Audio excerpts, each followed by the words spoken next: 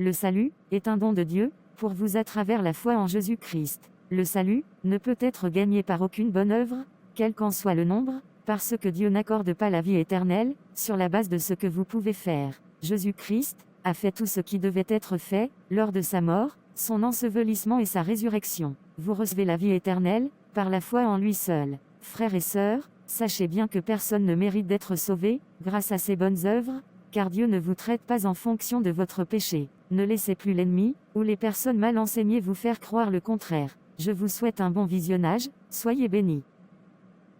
Savais-tu que le christianisme est la seule foi ayant un sauveur? Toutes les autres dépendent des bonnes œuvres permettant d'atteindre différents degrés de sainteté.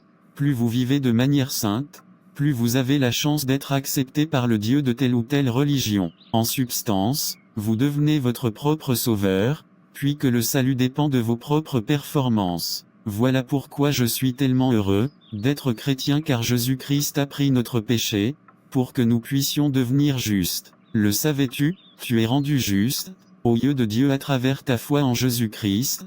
Quelle bonne nouvelle, n'est-ce pas? Je suis très en forme ce matin, je vais appeler ma sœur Christelle, nous allons passer un temps d'échange, dans la parole de Dieu, car c'est toujours intéressant, de s'exhorter les uns les autres. Au lieu d'aller perdre mon temps avec mes collègues à parler de femmes et de la vie des gens, qui ne me regardent même pas. Allez, je l'appelle.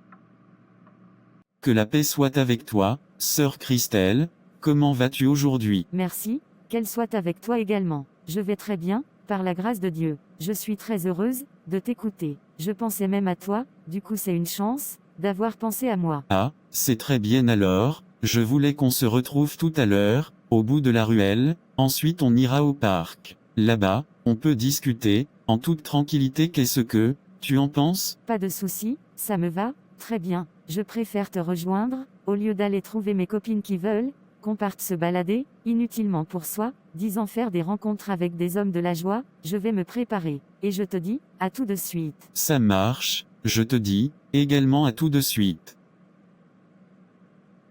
Salut, tu es déjà là? Bien évidemment, je ne voulais pas te faire attendre, quand même, ce n'est pas du tout correct. Oui, tu as raison, mon frère. On va rester là un moment, avant d'aller au parc, car le bus qui nous y emmène ne viendra apparemment que dans 30 minutes. En attendant, je voulais te parler de ma méditation de ce matin. Dans ma méditation de ce matin, je pensais au grand échange qui s'est passé dans notre esprit au moment du salut.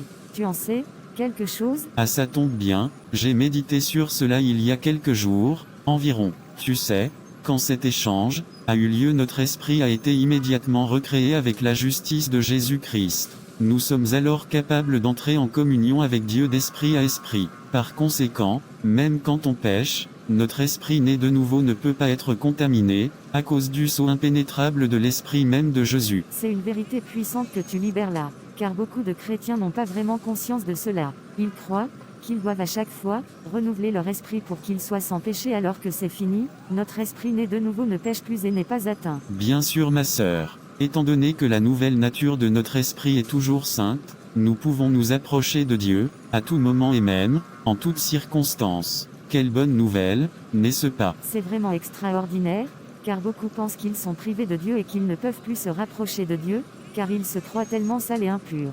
Alors que Dieu est esprit selon Jean 4 verset 24, et il nous voit d'esprit à esprit. Et par notre esprit né de nouveau, nous sommes toujours justes et saints. Crois-moi, mon frère, cette révélation m'a libéré des faux raisonnements qui me condamnaient, et me faisaient me sentir tellement sale et injuste. D'où l'importance vraiment de comprendre le salut et ce que nous devons réellement. Il est primordial et urgent de bien comprendre sa nouvelle identité. Bien sûr, car le Saint-Esprit en nous a été scellé une bonne fois pour toutes selon Éphésiens 1 verset 13. Sans la connaissance de la parole, on est vraiment perdu et Satan en profite pour nous faire culpabiliser. Tu sais, la vie chrétienne est à la fois née de foi et vécue par la foi. Si nous essayons de la vivre en comptant sur nos propres œuvres, nous finirons efficacement par nous condamner nous-mêmes. Et c'est ce que l'ennemi veut. Évidemment que c'est par la foi, car tant que nous sommes dans notre corps physique, nous risquons de trébucher de temps à autre. Si nous ne faisons pas attention, nous nous épuiserons à tendre, en vain, à vivre de manière juste, et à nous demander comment Dieu pourrait bien aimer quelqu'un qui fait autant de ratés de nous. Alors que l'amour de Dieu ne change pas quand nous faisons des erreurs. Si Jésus est allé à la croix, pour nous lorsque nous étions encore pécheurs, À combien plus forte raison, nous aime-t-il maintenant que nous sommes en Christ? Et il clairement écrit dans Romains 5 du verset 8 à 10, ce que tu viens de dire là. Et Dieu nous aime plus maintenant, en tant chrétiens même lorsque nous péchons, qu'il ne nous aimait quand nous étions perdus. On ne doit jamais laisser nos échecs nous séparer de l'amour inébranlable de Dieu. Je crois que notre bus va déjà arriver, on va continuer notre échange plus tard au parc. On y va? Ça marche, allons-y.